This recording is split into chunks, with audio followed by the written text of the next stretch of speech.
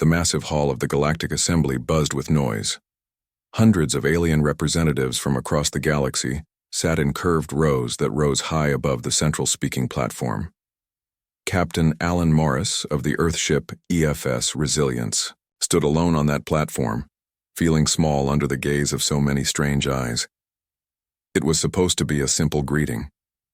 Earth had finally developed faster-than-light travel 6 months ago, and this was humanity's official introduction to the wider galactic community. Nobody had told Morris that he would face what felt like a trial. High Counselor Zexitera of the Moldari Imperium rose from his seat. His blue skin shimmered under the bright lights, and his forearms moved in what Morris guessed was a formal gesture. Human representative. Zexitera's voice boomed through the translator in Morris's ear. We welcome Earth to the awareness of the Galactic Assembly. As is custom, we have prepared the standard terms for your integration into our peaceful community. Morris nodded politely. Thank you, High Counselor. We look forward to peaceful relations with all species. A small drone floated toward Morris, carrying a data tablet. He took it and began reading. With each paragraph, his expression grew darker. The terms included: Earth must provide 30% of all mineral resources to the Assembly. Humans could not settle beyond their solar system without permission. All human technology must be shared, but advanced alien technology would be restricted. Earth military forces would be limited to defensive capabilities. Only Galactic Assembly officials would have final say on all Earth government decisions. Morris looked up from the tablet. Hi, Counselor, these terms seem unusual for what we understood would be an equal partnership. A ripple of what sounded like laughter moved through the chamber. Equal? Said a reptilian alien near the front. Your species has barely left its cradle. You should be grateful for our protection. Morris kept his face calm, though anger burned inside him. I must consult with Earth's leadership before accepting any terms. Zextara's head tentacles curled in what Morris guessed was surprise. Consultation? The terms are standard. All new species accept them. It is tradition. Nevertheless, I must speak with my government, Morris insisted. The Assembly members muttered among themselves. Finally, Zextara nodded. Very well. You have 3 Earth days to return with acceptance. The Assembly will now move to other matters. 2. Silent guards appeared beside Morris, escorting him from the chamber. Back on his ship, he immediately sent the terms to Earth via the quantum communicator. In the United Earth Council chamber in Geneva, Ambassador Susan Blackwell stood before representatives from all Earth nations. The room was silent as she finished reading the Assembly's terms. This is not partnership, said the representative from Brazil. These are the demands of conquerors. They expect us to just roll over? The Australian counselor asked. Have they met humans before? Susan shook her head. From what Captain Morris reports, this is standard procedure. Most newly discovered species apparently accept without question. The council president, Gregory Wade, stood up. We've prepared for first contact for decades. We've run countless simulations. Not once did we consider accepting second-class status in the galaxy. What options do we have? Asked the representative from Kenya. We know nothing about their military capabilities. The American general, Frank Peters, stood up. For the past 50 years, since we first detected alien signals, we've been quietly preparing.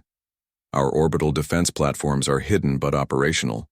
Our deep space monitoring systems are tracking their ships, and Project Phoenix is complete. Few in the room knew what Project Phoenix was, but they understood its meaning. Humanity had an ace up its sleeve. We should negotiate better terms, Susan suggested. Show them we're reasonable but not pushovers. And if they refuse? Asked the Chinese representative. Then we stand our ground, Gregory Wade said firmly. For all our history, humans have fought against oppression. We didn't come this far to bow to alien overlords, no matter how advanced they may be. The vote was unanimous. Earth would reject the terms. 3 days later, Susan Blackwell entered the assembly chamber alongside Captain Morris. The room fell silent as she walked to the center platform. Greetings, Assembly, she said, her voice steady. I am Ambassador Susan Blackwell of Earth. I bring our response to your terms of integration. High Counselor Zexatera nodded. We assume you bring acceptance and look forward to welcoming Earth properly into the galactic community. Susan took a deep breath. The United Earth Council has carefully reviewed your proposal.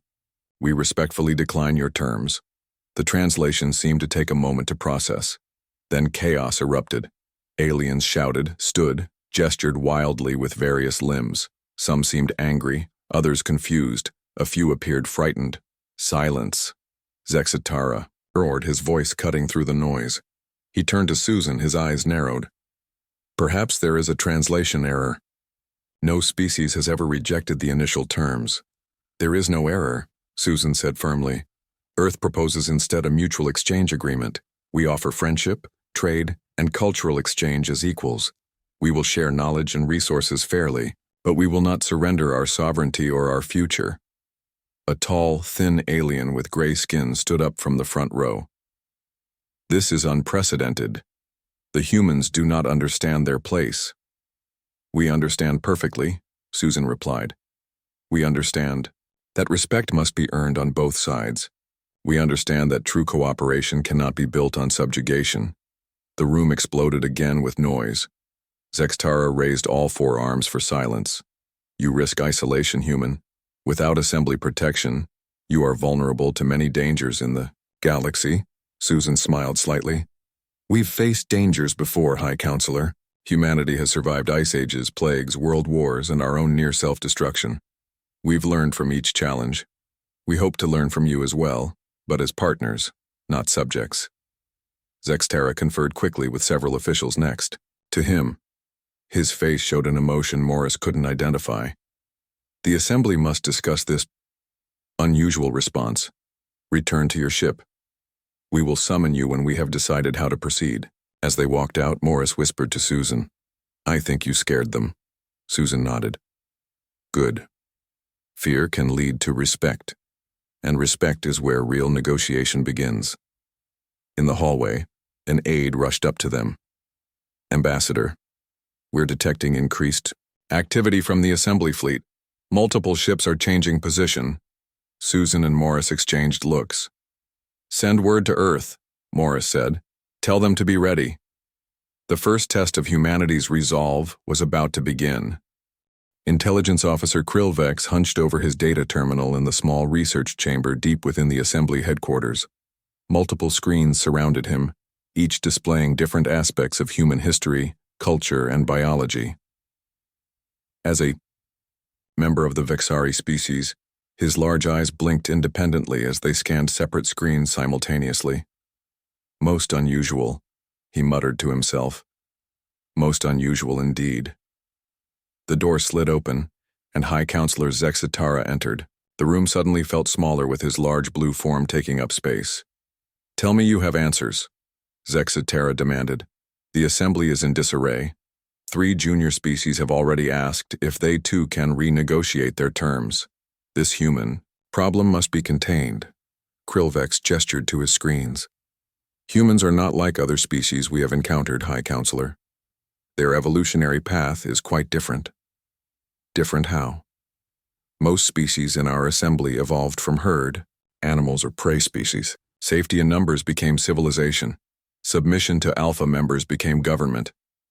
Krillvex pulled up images of early humans, but humans evolved as persistence hunters. They chased prey until it collapsed from exhaustion. They are predators, who learned to cooperate. Zexatara's head tentacles curled with concern. That explains their odd response, but how dangerous are they? Krillvex switched screens. Their history is filled with warfare. They nearly destroyed themselves multiple times, but each time they survived and grew stronger. They are remarkably adaptable. He paused, and they seem to respond poorly to threats. You mean they do? Not submit when faced with superior force? Often they become more unified and determined. They have a saying, back a human into a corner, and you'll see what they're really made of.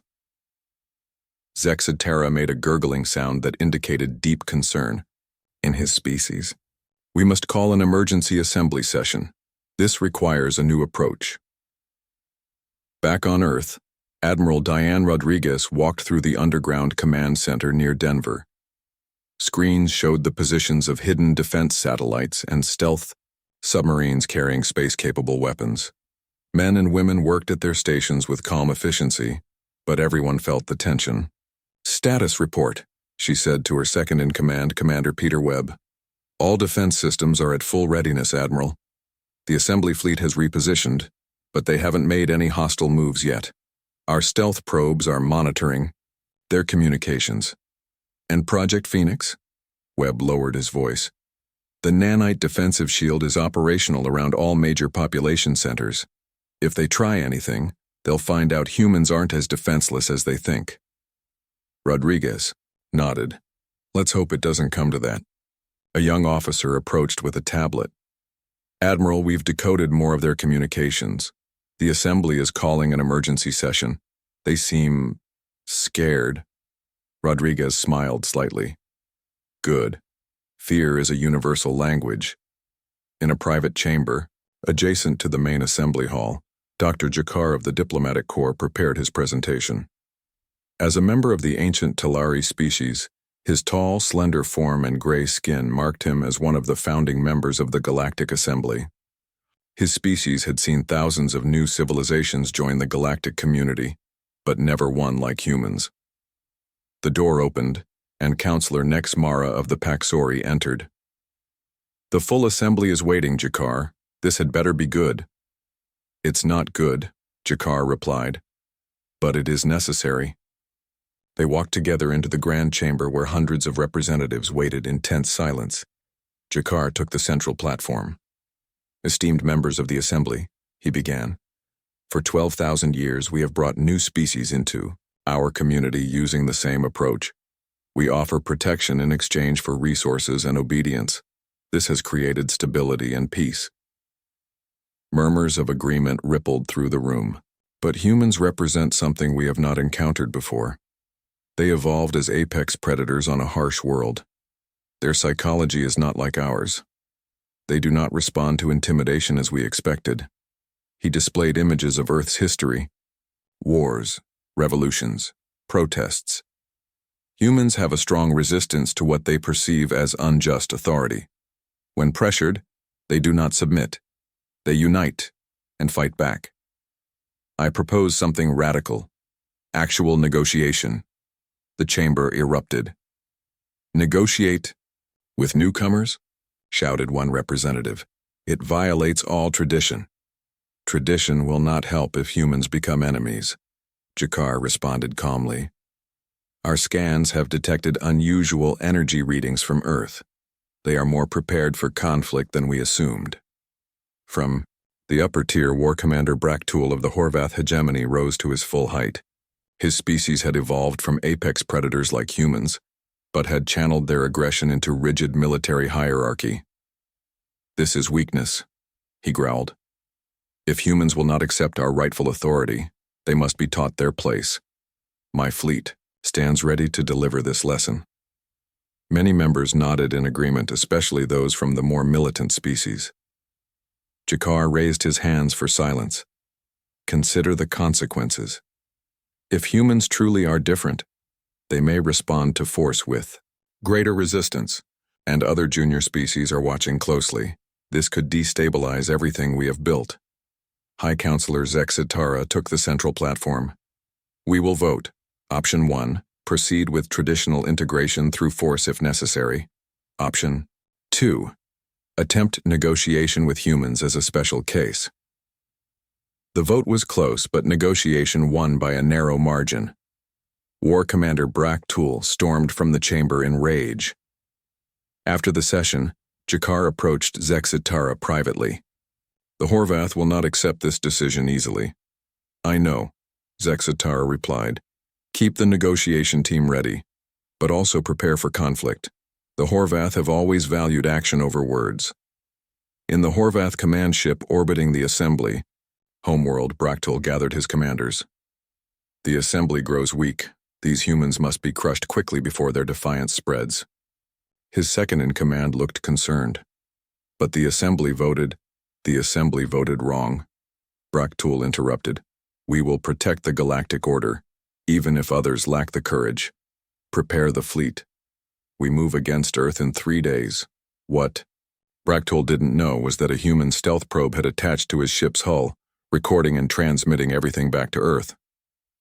In the Denver Command Center, Admiral Rodriguez listened to the translated plans with a grim expression. "So much for diplomacy," she said. "Alert all commands. We have 3 days to prepare for war." Commander Webb looked at the display showing the massive Horvath fleet. "Can we win against that?" Rodriguez's eyes hardened. "They think they're hunting prey. They're about to discover they're facing predators. Begin Operation Defiance. It's time to show the galaxy what happens when you back humans into a corner." The Luna Diplomatic Center gleamed like a silver jewel against the gray lunar surface. Built in just 2 days, using advanced construction methods, it stood as a testament to human ingenuity and determination. Inside the main conference chamber, 2 delegations faced each other across a wide table made of polished lunar stone. Ambassador Narration of the Tellarite Conclave sat with perfect posture, his gray skin almost matching the color of the moon's surface. 3 other alien representatives flanked him, each from different species within the Galactic Assembly. What the humans didn't know was that 2 of these diplomats were actually military observers, there to assess Earth's true capabilities. Across the table, diplomat Ryan Chen led the human delegation. Next to him sat Olivia Grant, Earth's foremost cultural attaché, along with science advisor Dr. Eric Barnes and military liaison Colonel Samantha Price. The discussions had been going for 6 hours with little progress. "We understand your desire for independence," Narration said in his melodic voice. "But surely you see the benefits of our protection. The galaxy contains many dangers unknown to you." Ryan Chen smiled politely. "We appreciate your concern, Ambassador, but Earth has faced dangers throughout its history. We prefer to meet those challenges as equals, not as subordinates." Nuration's translator conveyed his words, but missed the subtle tension in his neck membranes. "Perhaps we could discuss resource sharing again. The standard 20% tribute is quite reasonable. We prefer the term trade to tribute," Chen replied. "Equal exchange for equal value." As the main discussion continued, Olivia Grant studied the aliens carefully. Something about their body language fascinated her. During a short break, she approached the alien cultural expert, a small purple being named Trilox. "I've noticed that most species in the assembly seem uncomfortable with direct confrontation," she said casually. "Is that a common trait?" Trilox's translator hummed. "Most civilized beings prefer harmony to conflict. Humans seem unusually comfortable with disagreement." Olivia nodded thoughtfully. "May I ask about evolutionary paths? What kind of animals did your species evolve from?" The question seemed to surprise Trilox. The Paxori evolved from herd creatures that lived in vast plains. Safety came from staying together and following leaders. Most assembly species share similar origins. "Why do you ask?" "Just curious about cultural differences," Olivia said. But her mind was racing with insight. When the break ended, she passed a note to Ryan Chen, who read it with raised eyebrows. The negotiations continued for 2 more days with little progress. Each night, the human team returned to their lunar base to discuss strategy. On the 3rd night, Olivia shared her theory.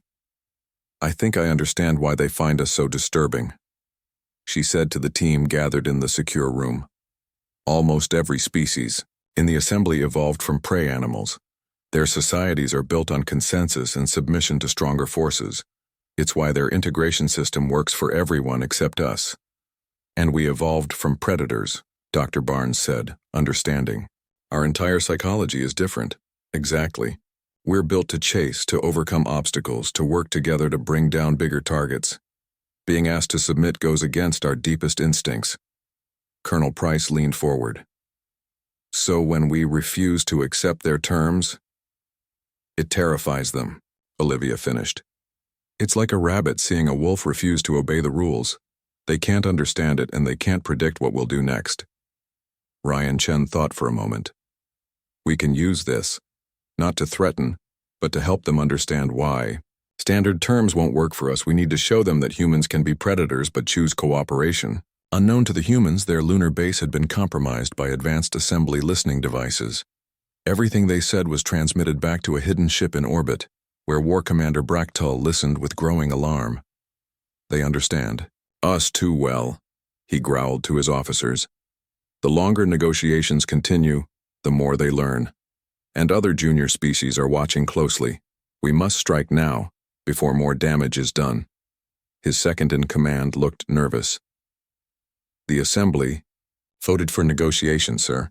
If we attack without approval, we will be thanked once the humans are subdued, Bractal interrupted. Better to ask forgiveness than permission. Prepare the fleet. Back on the assembly homeworld, Dr. Jakar received an urgent message. His aide rushed into his private chambers looking disturbed. The Horvath fleet has broken orbit, the aide reported. They're not responding to communication requests. Jakar closed his eyes briefly. Where are they headed? Their course is set. For the Sol system. They will arrive in 18 hours. Alert the High Council immediately, and send a warning to the human delegation. On Earth, Admiral Rodriguez was in the middle of a briefing when the alarm sounded. Commander Webb rushed in with a tablet. Multiple ships just appeared at the edge of our sensor range, he reported. Horvath design. They're on an attack vector. Rodriguez's face hardened. How many? 27 warships, heavily armed. Send an alert to the lunar delegation. Then activate all defense systems. Operation Defiance is now in effect. Across Earth, hidden platforms in orbit powered up their shield systems. Submarines deep in Earth's oceans prepared to launch special missiles designed to fight in space. And in bunkers around the world, military personnel took their stations, with grim determination. On the moon, the human delegation received the warning during dinner with the alien representatives. Ryan Chen read the message, then looked up at Ambassador Narration with cold eyes. It seems the Horvath have decided that diplomacy takes too long, he said quietly. Their fleet will reach Earth tomorrow. Narashan's skin paled to almost white. This is not sanctioned by the Assembly. We must contact the High Council immediately. It's too late for that, Chen replied. But you should know something, Ambassador. We've been expecting this. Earth is not defenseless. What do you mean? Narashan asked, his voice trembling slightly. For decades, we've intercepted and studied signals from space. We know more about your technology than you think, and we've prepared accordingly. Colonel Price stood up. You and your delegation will remain here for your safety. Consider yourselves honored guests, not prisoners. As human security personnel entered the room, Narashan realized how badly the Assembly had misjudged these strange predator beings. The wolves had not only refused to follow the rules, they had been watching from the shadows all along, learning and preparing. And now the galaxy was about to discover what happened when humans were backed into a corner. The Horvath fleet moved through space with deadly purpose. 27 warships, each bristling with weapons that could reduce a city to ash in seconds. War Commander Bractal stood on the bridge of his flagship, the Conqueror, his scaled skin gleaming under the harsh lights. Time to target? He asked his navigation officer. 3 hours until we reach Earth orbit, Commander. Bractal nodded with satisfaction. The humans have had enough time to worry. Are our weapons charged? Yes, Commander, all ships report ready. Good. We will target their major cities first. Once they see their centers of power turn to dust, they will submit. All species do. Eventually. What Bractal didn't know was that his communications were being intercepted. In the Denver Command Center, Admiral Rodriguez listened to the translated orders with a cold expression. They're planning to target civilian populations first, she said to the United Earth Council, who were connected via secure video. Typical. Bully tactics. Hit the weak to make a point. Council President Gregory Wade frowned. Casualties could be in the millions. Not if our shields work as planned, Rodriguez replied. But we need to broadcast our response now, before they get closer. Wade nodded. Proceed, Admiral. Rodriguez turned to her communications officer. Send the message to all channels, all languages. Make sure every species in the galaxy can receive it. Across the vast distances of space, on thousands of worlds, Beings of all shapes and sizes suddenly found their communication devices activated. Screens lit up in homes, ships, and public spaces. The face of Admiral Diane Rodriguez appeared, calm and resolute. People of the galaxy, I am Admiral Diane Rodriguez of Earth. A Horvath battle fleet approaches our world with the intent to attack our civilian population. They do this without assembly approval, against the wishes of their own government. She paused, letting her words sink in. Humanity wishes peace with all species. We have shown our willingness to negotiate in good faith, but we will not be bullied, threatened, or attacked without consequence. Earth is prepared to defend itself. Her eyes hardened slightly. To War Commander Braktul, turn your fleet around, now. This is your only warning. Humanity chooses freedom over subjugation. We would have preferred peace, but we are prepared for war.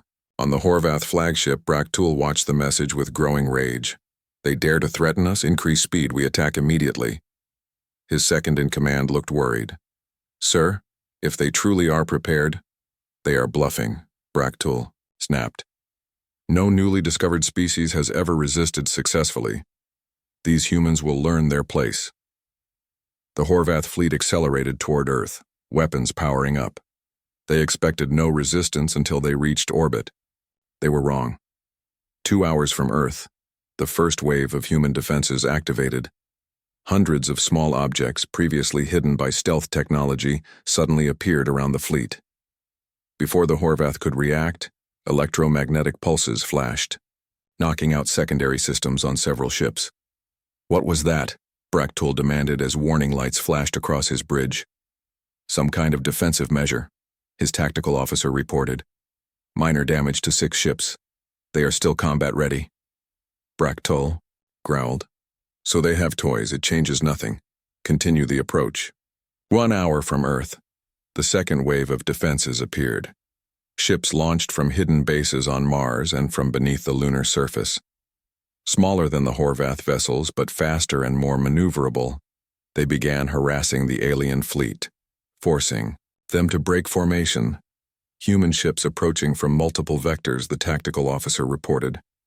Unusual design. They're not following standard attack patterns. Destroy them, Braktul ordered. The Horvath ships fired their weapons, expecting quick victories, but the human vessels moved unpredictably, dodging many shots. When they were hit, energy shields absorbed much of the damage. The human ships returned fire, targeting engines and weapon systems with surprising accuracy. How do they know our weak points? Braktul raged as another report of damage came in. In the Denver Command Center, Admiral Rodriguez watched the battle unfold on the main screen. Earth's ships were taking damage, but they were following the plan perfectly. Harass, distract, and slow the enemy advance. Phase 3? Commander Webb asked. Rodriguez nodded. Execute. As the Horvath fleet pushed past the outer defenses, the third and most powerful wave activated. Massive energy shields shimmered into existence around all major Earth cities. From the oceans, submarines launched special missiles that transformed into space fighters, attacking from below where the Horvath ships had fewer defenses. And from hidden orbital platforms, energy weapons locked onto the Horvath vessels. Sir, the Horvath tactical officer shouted. Multiple weapons locking onto us from Earth orbit. Energy signatures unlike anything in our database. Impossible, Braktul whispered. They're a primitive species. They can't have... His words were cut off as the first shots hit his ship, rocking it violently. On Earth, civilian leaders Jackson Ford and Grace Martinez coordinated the global response from a bunker beneath Washington, D.C. Every nation had united, setting aside old rivalries, in the face of the alien threat. All shield systems operating at full capacity, a technician reported. No breaches detected. What about smaller communities without shield coverage? Martinez asked with concern. Evacuation to underground shelters is at 98% completion, Ford replied. We've been preparing for this possibility for decades. In space, the battle raged. The Horvath had superior firepower, but the humans had the advantage of surprise and home territory. 3 Horvath ships had been disabled, and the rest were taking damage. Bracktool's flagship rocked again as another hit landed. "How are they doing this?" he demanded. "Their technology should be centuries behind ours." "Sir," his intelligence officer said hesitantly, "we're detecting unusual energy signatures from their weapons. They appear to be modified versions of Tellarite technology." Bracktool's eyes widened. "That's impossible. Humans have never had access to Tellarite technology." "The evidence suggests otherwise, sir." The truth dawned on Bracktool then. Humans had been monitoring galactic communications. For decades, they had studied alien technology from afar, reverse-engineered what they could and prepared for this moment. "Sir," his tactical officer called out urgently, "a human vessel has breached our perimeter. They're heading straight for us." On the small but powerful EFS Intrepid, Captain Patricia Sanders gave the order. "Execute boarding maneuver, target their command center." The human ship, using technology specifically designed to counter Horvath defenses, attached itself to the hull of the flagship. Special Forces troops cut through the metal, entering the alien vessel. The battle for the galaxy's future had begun. The grand chamber of the Galactic Assembly had never been so chaotic. Representatives from over 200 species shouted, gestured, and demanded answers. High Counselor Zexitara struggled to maintain order as reports of the battle near Earth continued to arrive. "This is unprecedented," shouted the Muldari representative.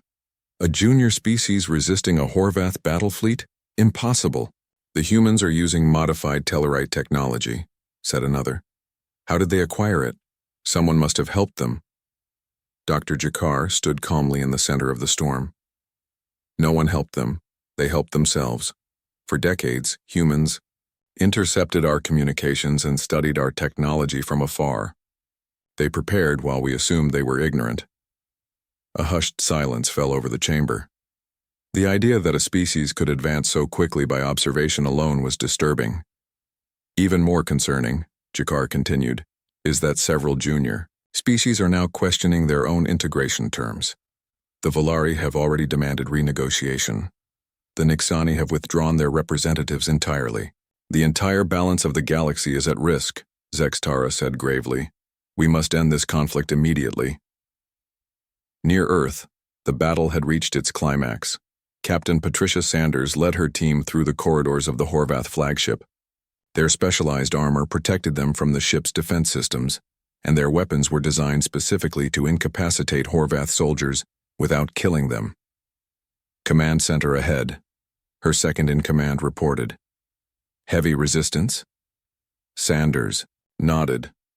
"Remember, we need their navigation systems intact, and we want prisoners, not bodies." They rounded the corner and faced a group of Horvath soldiers. The aliens fired their weapons, but the human shields held. The human team responded with stun weapons that dropped the Horvath guards without killing them. On the bridge, War Commander Bracktool received the reports with growing horror. "Humans inside the ship? How did they breach our defenses?"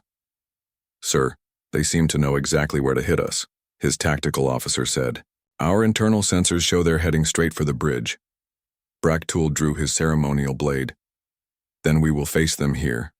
No human will take this ship while I still breathe." The doors to the bridge slid open, and Sanders led her team inside. Stun blast took down most of the bridge crew instantly. Bracktool charged forward with his blade, but Sanders sidestepped his attack and used his momentum to throw him to the ground. Within seconds, he was disarmed and restrained. "Bridge secured," Sanders reported through her comm. "We have control of the flagship's systems." In the Denver Command Center, Admiral Rodriguez received the news with satisfaction. "Excellent. Access their navigation computer. I want the locations of every major assembly world." Across the battlefield, the human forces pressed their advantage. With their commander captured and their flagship under enemy control, the remaining Horvath ships began to retreat. "Broadcast to all Horvath vessels," Rodriguez ordered. "They can retreat to the edge of our solar system, but no farther.